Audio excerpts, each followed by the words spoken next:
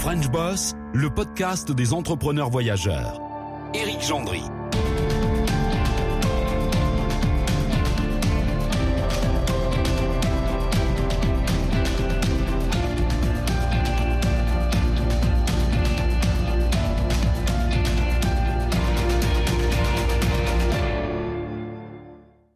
French Boss en vidéo, c'est encore très nouveau sur French Morning et aujourd'hui, nous allons nous rendre de l'autre côté complètement par rapport à la France, de l'autre côté des États-Unis, sur l'océan Pacifique, y retrouver une jeune femme qui s'appelle Mathilde Pignol et qu'on va retrouver donc à San Francisco. Bonjour Mathilde, je ne sais jamais si on doit dire bonjour, bonsoir, les décalages en tout cas.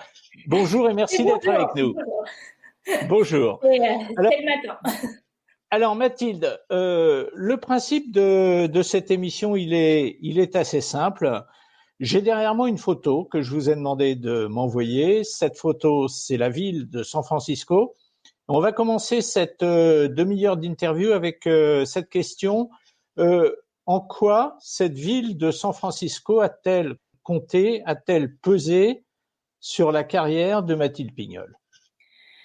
Écoutez, San Francisco, ça a vraiment été la plupart de ma carrière parce que c'est en étant à San Francisco et plus précisément dans la Silicon Valley que j'ai réussi à lever des fonds pour ma première boîte, ma première start-up, ainsi que pour la deuxième. Et puis, c'est là où j'ai atterri après mes études. Et parce que c'est un centre de technologie, donc c'était là qu'il fallait venir, quoi. Donc voilà. Alors vous venez de le dire déjà, Mathilde, vous avez déjà monté, vous êtes une double entrepreneuse, si je puis dire, dans la mesure où vous avez déjà monté 2 entreprises, toutes les 2 aux États-Unis. Donc vous êtes vraiment pile poil dans la cible de ce qu'on recherche à French Boss, vraiment entrepreneuse en l'occurrence française à l'étranger. J'aimerais que vous me fassiez un historique rapide de votre carrière et de la création de vos 2 sociétés, Mathilde. Oui, bien sûr. Donc, après mon master's en Human Computer Interaction, qui serait maintenant plutôt User Experience Design, je suis allée travailler chez eBay, donc la société de vente aux enchères sur Internet. Et j'y suis pas restée très longtemps parce que je trouvais que c'était une très grosse boîte déjà à l'époque et que j'avais pas assez d'influence en fait sur le produit et je voulais être plus hands-on. Donc après ça, je suis allée travailler pour une boîte de consulting de design qui s'appelle Frog Design, qui a été créée à l'époque par un Allemand. Et donc, à Frog Design, j'ai travaillé sur beaucoup de produits différents et je faisais l'interface ou la recherche utilisateur pour ces produits. Donc, j'ai travaillé sur des télévisions, des imprimantes, un système de sécurité et même des moniteurs de glucose, de taux de glucose dans le sang, enfin plein de choses différentes. C'était très intéressant. Mais ce qui m'intéressait beaucoup, ça aurait été d'avoir des clients dans le monde du jeu vidéo. Parce que j'ai toujours adoré les jeux vidéo et donc je demandais à Frog est-ce que vous pouvez aller par exemple parler à Ubisoft, là ils sont juste au coin de la rue, est-ce qu'on pourrait pas avoir des clients dans les jeux vidéo, ça serait plus intéressant que les systèmes de sécurité quand même.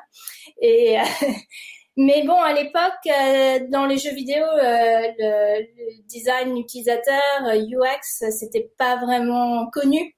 Maintenant, c'est très connu, mais pas à l'époque. Donc du coup, au même moment, mon mari, lui, avec mon mari, on s'était dit on fera une boîte de jeux vidéo, mais pas ensemble en fait. On fera chacun sa boîte. Pendant que l'autre personne continue à travailler dans un job bien stable pour apporter de l'argent au ménage, n'est-ce pas? Et donc lui, il avait commencé à faire du brainstorming sur des idées de start-up avec un de ses amis. un de ses anciens collègues de robotique. Et donc, il a eu une idée pour ce qui est devenu notre premier produit, Playcrafter, qui était un site web où n'importe qui pouvait créer leur propre jeu vidéo. Et donc, le problème, c'est que son ami, ça l'intéressait pas, cette idée. Voilà. Alors que moi, au début, j'étais pas convaincue. Et puis après, en avoir discuté un week-end, je dis, quand même, ça serait pas mal parce que c'est un problème de design bien difficile. Tu vas avoir besoin d'un expert ou d'une experte, n'est-ce pas? Et mon mari, lui, est plutôt axé technologie. Donc voilà, c'est comme ça qu'on a démarré. En très peu de temps, on a décidé tous les deux de quitter nos boulots et de se lancer là-dedans. Et grâce au soutien de notre famille et de nos amis, donc on a levé les fonds nécessaires vraiment petit montant au début. Et on a commencé la première boîte et on travaillait de notre maison et on a embauché assez rapidement 4 employés qui venaient aussi travailler chez nous dans notre maison à Burlingame à l'époque. Donc voilà, donc ça c'était le début de la première boîte. Alors Mathilde, je vais revenir un petit peu sur quelque chose dont vous me parliez là il y a quelques secondes. Vous me disiez que quand vous aviez choisi de lancer votre entreprise, l'un des deux gardait, votre mari et vous, l'un des deux gardait un boulot de salarié pour assurer le quotidien financier et l'autre assumait le risque. On sait que la notion de risque, elle fait partie de l'adrénaline de l'entrepreneur, mais finalement, vous avez réussi à l'éviter. Ma question, c'est est-ce que seul vous auriez monté votre entreprise comme vous l'avez fait avec votre mari, avec cette sécurité en plus d'avoir un poste de salarié? Je pense que je l'aurais fait parce que même quand j'étais au lycée, j'avais déjà à l'idée de démarrer une boîte et j'avais c'était au tout début de l'internet et des sites web et avec 2 autres camarades de lycée, on s'était dit ça serait bien de designer des sites web pour les gens qui savent pas faire. Personne ne savait vraiment faire à l'époque, mais voilà, bon, ça c'est jamais allé bien loin, mais on avait déjà cette idée-là. Donc je pense que oui, je l'aurais fait, mais ça aurait peut-être pris un peu plus longtemps. J'aurais fait probablement ça plus tard dans ma carrière que juste 3 ans après avoir fini mes études. Mais oui, mais dans une start-up aussi, c'est difficile de faire ça tout seul.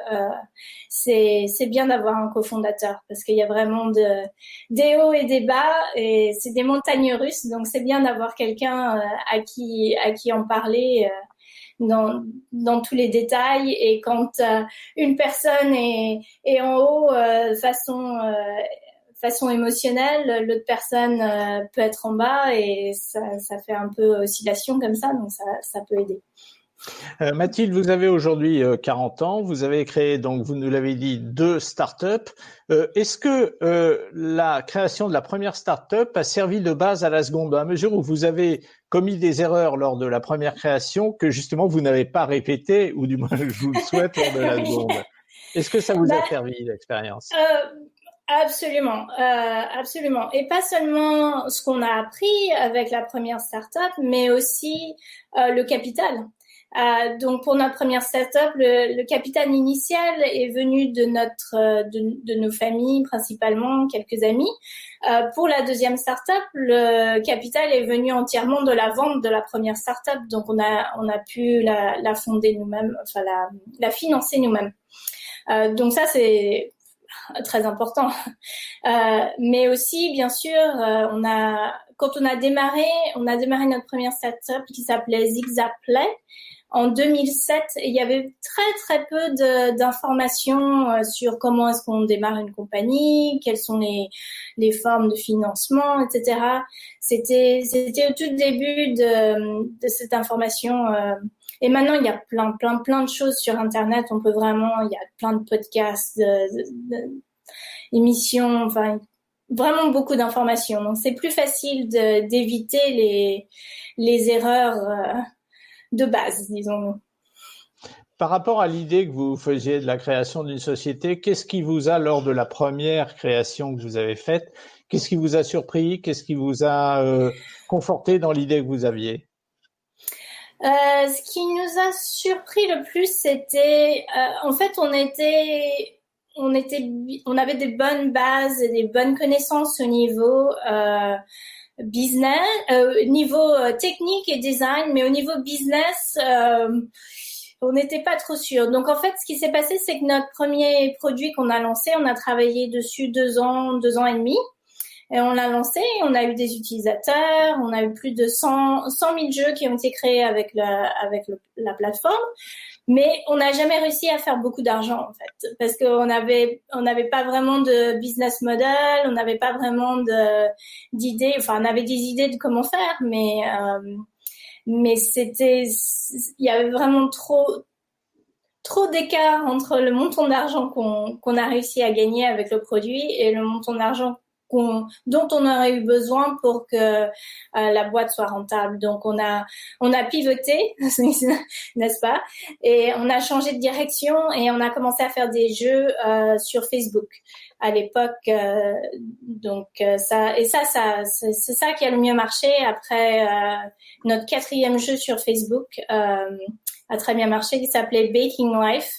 C'était un jeu de simulation où les gens créent et font fonctionner leur boulangerie virtuelle. Et ils invitent leurs amis à travailler pour eux dans leur boulangerie. Donc, voilà. D'accord. Alors Mathilde, j'ai regardé un petit peu votre CV et quelque chose m'a surpris, c'est qu'effectivement, si on lit ce que vous avez fait durant vos études, on a du mal à se demander comment vous en êtes arrivé là. Alors, j'ai donc vu que vous aviez fait des études scientifiques et des études également de psychologie.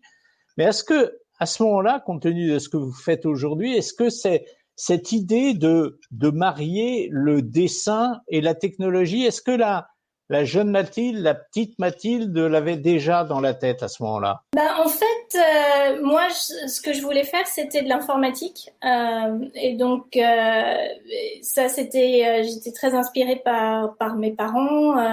Ma mère qui était manager. Donc, je suis arrivée à l'université Carnegie Mellon dans le domaine de computer science, et j'ai trouvé que c'était intéressant, mais c'était vraiment basé sur les maths, en fait, les problèmes mathématiques. Donc écrivez cette fonction, ce programme pour résoudre ce puzzle mathématique. Et moi, ce que je voulais, c'était vraiment écrire des programmes pour aider les gens, en fait, pour avoir un impact sur les gens. Donc c'est pour ça que j'ai aussi étudié la psychologie, et mon master, en fait, c'était quelque chose qui a amené les deux ensemble, l'informatique et la psychologie, pour faire le Human-Computer Interaction, donc ce mariage des deux. Et les jeux vidéo, c'est un mariage de l'art, du design, de la technologie, et donc c'est pour ça que j'adore ce domaine, en fait.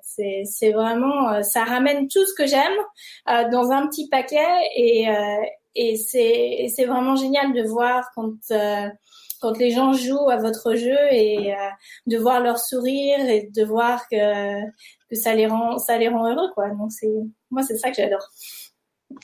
Alors Mathilde, vous avez créé Roboto Games en 2013, c'est votre 2e start-up, ça fait 7 ans maintenant. On va parler des éléments financiers qui vont nous raconter d'une certaine manière la vie de Roboto Games, mais j'aimerais déjà que vous me racontiez la vie quotidienne, l'organisation de Roboto Games, qui repose donc sur 2 personnes, votre mari et vous-même. Oui, alors, donc Roboto Games, à présent, nous sommes 8 à 10 personnes, ça dépend comment vous les comptez. Donc 5 personnes à plein temps et 5 personnes à mi-temps.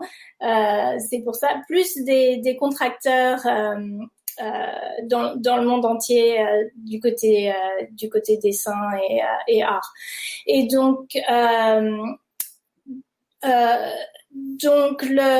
Roboto, oui, on a commencé il y a 7 ans, mais on a aussi, au début, on a pris les choses doucement, parce qu'on a aussi eu 2 enfants.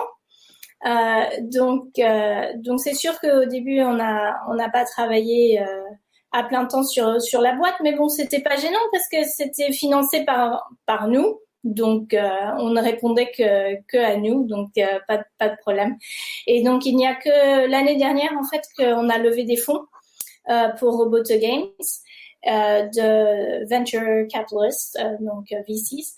Et donc là, c'est sûr que ça fait déjà 3 ans qu'on travaille dessus sérieusement. Et là, c'est sûr qu'on travaille beaucoup. On a embauché l'équipe, etc. depuis qu'on a levé des fonds. Ouais, justement, le fait de lever des fonds, ça fait partie intégrante de la vie d'une start-up. Il est inimaginable de faire grandir une start-up sans lever des fonds. Mais lever des fonds, c'est un autre métier que celui que vous faites au quotidien dans votre société, Mathilde. Ça, c'est sûr. Ça demande des... Rendez-moi. Vous aimez ça? Vous aimez ça? Est-ce que j'aime ça? J'aime bien rencontrer les gens, parler aux gens. Lever des fonds, ça peut être assez stressant. Donc c'est pas ma partie préférée de la startup, mais c'est une partie, comme vous dites, nécessaire. Et ce que j'aime bien c'est de mettre au point en fait la présentation et l'histoire que vous avez présentée aux investisseurs potentiels en fait. Et ça c'est du design aussi, hein. C'est mettre en place une histoire et avec un début, un milieu, une fin, etc. Donc mais c'est sûr que c'est pas évident, mais c'est beaucoup plus facile que ça n'a été aussi qu'avec notre première startup. Pour notre première startup, on avait eu 50 premiers meetings, donc 50 meetings avec des investisseurs potentiels différents avant d'en avoir un qui enfin disent oui, je veux bien investir. Faut un gros mental quand même, faut un gros mental, Mathilde, pour accepter ça au quotidien, hein.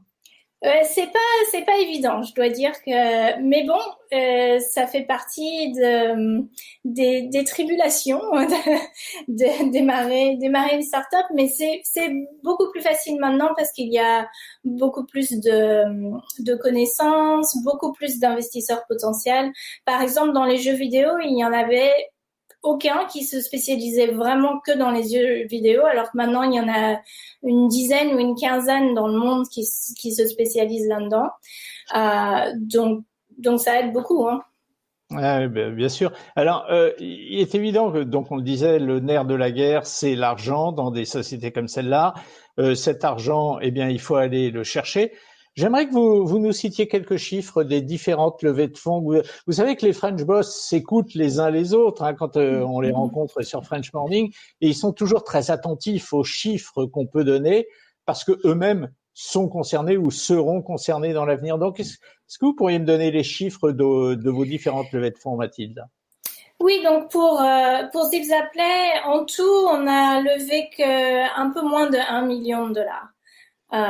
Pour toute la durée de la boîte, et donc on a eu de la chance de pouvoir trouver un jeu qui a bien marché avant qu'on n'ait plus d'argent et qu'on n'arrive plus à payer les salaires de nos équipes, et donc ça a marché. Ensuite on a grâce à Baking Life, donc la boîte est devenue profitable, rentable, et donc après on l'a vendue. Pour Roboto Games, d'emblée on a levé plus de fonds, on a levé 4 millions de dollars de 2 investisseurs, donc Michael Deering qui était aussi un investisseur dans notre première startup, et un autre fonds de jeux vidéo en particulier, Makers Fund. Donc voilà, parce que les choses coûtent plus cher maintenant. De faire un jeu, surtout un jeu sur téléphone portable, demande plus de capital, plus d'investissement. Et puis c'est aussi que notre network, donc notre équipe qu'on a, c'est des gens avec qui on a travaillé avant, c'était des gens de la même équipe de Zipzaplay qu'on a remis ensemble, et ils ont plus d'expérience forcément, donc qui dit plus d'expérience dit salaire plus élevé aussi. Ils le méritent tous. Mathilde, vous avez beaucoup de concurrence au sein de la Silicon Valley dans votre activité précise du jeu vidéo? On a de la concurrence partout dans le monde. C'est vraiment un marché global. Chez vous, à la porte de chez vous. Oui, bien sûr. Il y a pas mal de boîtes de jeux vidéo, mais on pense pas vraiment à eux comme des concurrents. Il y a beaucoup d'entraide dans le domaine de jeux vidéo et la concurrence directe, c'est moins que dans les autres domaines, je trouve, parce que les joueurs jouent à plusieurs jeux vidéo. D'abord, ils jouent rarement qu'à un seul jeu. Et puis, c'est vraiment sur le mérite du jeu que ça va être basé. Donc, les gens s'entraident beaucoup et il y a une camaraderie assez importante dans le domaine, ce que j'apprécie beaucoup. Aujourd'hui, donc, Roboto Games n'est pas encore rentable. Vous en êtes tout. Racontez-moi un petit peu la vie financière de Roboto Games sans rentrer dans des détails qui pourraient vous gêner, effectivement. La vie financière de Roboto Games, c'est comme la vie financière de toute start-up à ce niveau-là. C'est le gros de nos dépenses, ce sont les salaires. Et puis le jeu, c'est d'avoir un produit qui arrive ou un jeu qui arrive à avoir des rentrées d'argent assez importantes pour pouvoir supporter tous les salaires de l'équipe et plus, et pouvoir investir aussi dans d'autres produits. Donc voilà, c'est et ce qu'il faut faire, c'est essayer d'y arriver avant de ne plus avoir d'argent dans le compte en banque. Hein. C'est voilà, oui, c'est comme ça que ça marche. Bien sûr. Alors, Mathilde, vous êtes un petit peu différente des French Boss qu'on rencontre à longueur de semaines, dans la mesure où vous vivez aux États-Unis depuis très très longtemps. Que pour vous, la question ne s'est jamais posée de savoir, de connaître l'endroit où vous alliez créer votre première société. C'était à l'évidence les États-Unis. En essayant de faire abstraction du fait qu'il n'y a pas eu ce choix, que c'était logique, est-ce que vous pensez que les États-Unis, San Francisco, la Silicon Valley est l'endroit le mieux pour faire vivre, enfin pour créer et faire vivre ensuite cette société? Eh bien, je ne sais pas. Hein. Pour nous, ça a bien marché, mais c'est sûr que le coût de la vie a beaucoup augmenté dans la Silicon Valley et que maintenant, on voit de plus en plus de sociétés qui ne se basent pas ici. Parce que le coût de la vie a augmenté et les salaires ont augmenté de façon très importante avec des compagnies comme Google, Facebook, Apple, etc.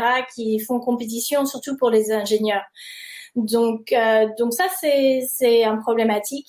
Mais les investisseurs potentiels, il y en a toujours énormément ici. Donc ça c'est l'autre côté le revers de la chose. Donc, mais c'est sûr que maintenant il y a beaucoup d'endroits dans le monde qui sont propices à démarrer une compagnie, ce qui n'était pas le cas il y a 10-15 ans. Ouais, ça m'amène un peu à la question suivante. J'ai été frappé par quelque chose en regardant votre CV aussi, c'est que nulle part la France n'apparaît dans le CV de Mathilde Pignol, qui, à ma connaissance, elle est quand même française. Alors je suis française. Pourquoi cette absence de la France dans tous les écrits concernant Mathilde? Eh bien, écoutez, donc ça fait 25 ans que je suis aux États-Unis. Je suis arrivée en tant qu'adolescente. J'ai fait mon lycée à Houston, au Texas. Et au début, quand ma famille est arrivée ici, on pensait y rester 2 ans, 3 ans maximum. Et en fait, ça nous a beaucoup plu. Donc tout le monde, mes parents, mon frère, tout le monde est toujours là. Et voilà. Donc c'est pour ça, en fait, je suis jamais retournée en France. J'y retourne chaque été, à part cet été à cause du virus, mais normalement chaque été. Et j'adore la France et j'ai beaucoup d'amis, de famille. Mais de façon professionnelle, non, ou même pour finir mes études, j'y suis jamais retournée. Donc. Et est-ce que vous avez réussi, vous avez beaucoup d'amis en France qui probablement, peut-être parce que c'est une génération qui le fait beaucoup, des amis qui ont créé eux-mêmes leur entreprise. Est-ce que vous avez essayé de convertir certains de vos amis à faire un petit peu la même chose que vous? Eh bien, en France, pour l'instant, non, je n'ai pas d'amis qui ont créé une entreprise de ceux avec qui j'ai grandi, hein. Mais peut-être un jour, on essaiera on arrivera à les convaincre, mais c'est plus difficile, hein. Je veux dire, dans la Silicon Valley, c'est vraiment dans la culture, c'est dans l'air, c'est vous allez à un café, vous voyez les jeunes qui sont en train de gesticuler devant leurs ordinateurs, en train de parler à quelqu'un de plus âgé qui a l'air un peu sceptique, tout ça. Donc c'est partout. Donc c'est vraiment alors que je trouve de ce que j'en sais, hein, en France c'est moins répandu. Donc c'est plus difficile du coup. Qu'est-ce qui reste de français chez Mathilde Pignol aujourd'hui? Bien écoutez, mon nom. Oui. Après, le fait que vous parlez très bien français, bravo. Mais après. J'essaye. Non, mais je parle français à mes enfants, hein, et c'est quelque chose que je trouve qui est très important de garder, donc cette connexion à la France, à la culture française, et d'avoir cette diversité d'esprit et de pensée, parce que bon, d'accord, la Silicon Valley, ils sont très start-up, mais bon, la France, ils ont quand même une joie de vivre qu'on ne trouve pas forcément ici. Donc il y a vraiment d'avoir ce bilinguisme culturel.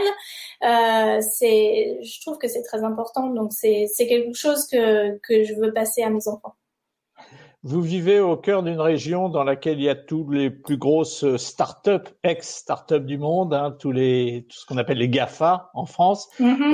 Parmi ces gens-là, qui pourrait vous avoir inspiré? Eh bien, quand on a démarré en 2007, notre première start-up, Facebook était encore assez petit. Et nous avons été à plusieurs événements où Mark Zuckerberg parlait à un groupe de 100-200 personnes, un petit groupe, hein, dont nous faisions partie.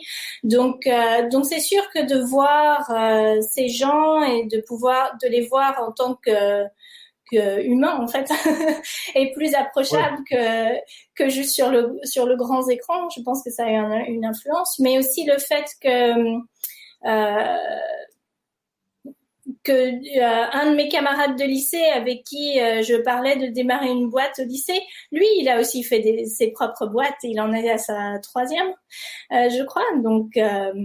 Donc ça aussi plus proche de mon expérience. C'est important d'avoir ces modèles en fait, ces role models, je sais plus comment on dit ça en français, mais voilà. Modèle de rôle, enfin je sais pas. Modèle de rôle. C'est d'avoir ces exemples, hein, ouais, c'est ça, ce sont des exemples. Aujourd'hui, donc votre société s'annonce plutôt pas mal, hein, c'est ce que j'ai cru comprendre au travers de ce que vous m'avez dit, non? Eh bien, on espère. Encore ouais. D'accord. C'est stressant les startups, vous savez. Ouais, je veux bien le croire. Et est-ce que justement le rôle d'entrepreneur, il a pris le pas aujourd'hui sur le rôle de designer? Est-ce que dans votre tête vous vous éclatez plus à diriger votre société avec votre mari, ou est-ce que vous vous éclatez plus à faire encore le boulot qui est le vôtre et que vous aimez historiquement?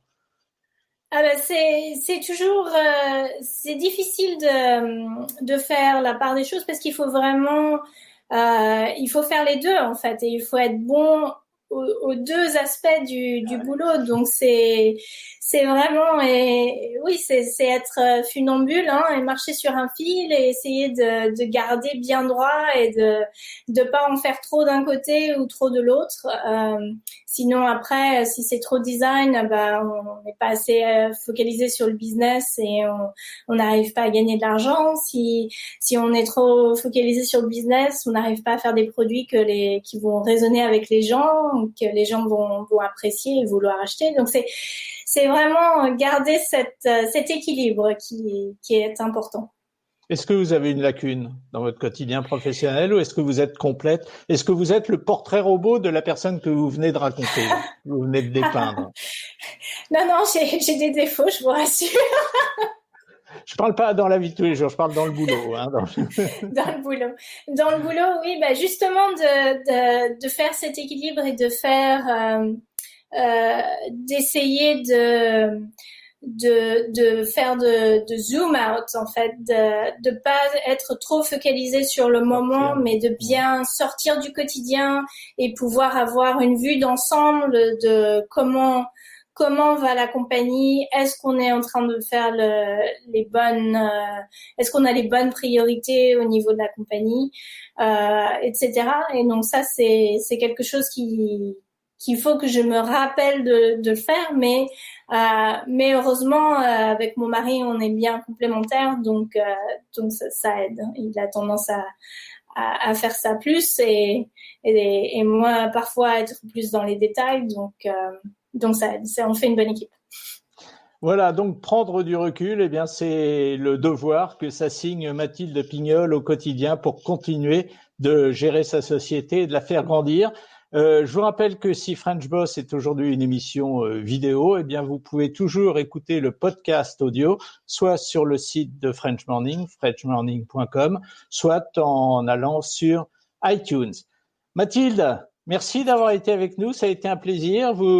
Merci vous êtes à vous. souriante et l'inquiétude dont vous me parlez que vous avez en vous concernant votre société, elle se voit pas du tout dans votre attitude physique et bravo pour ça.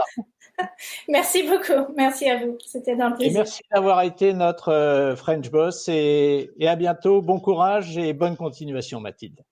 Merci Eric, vous de même.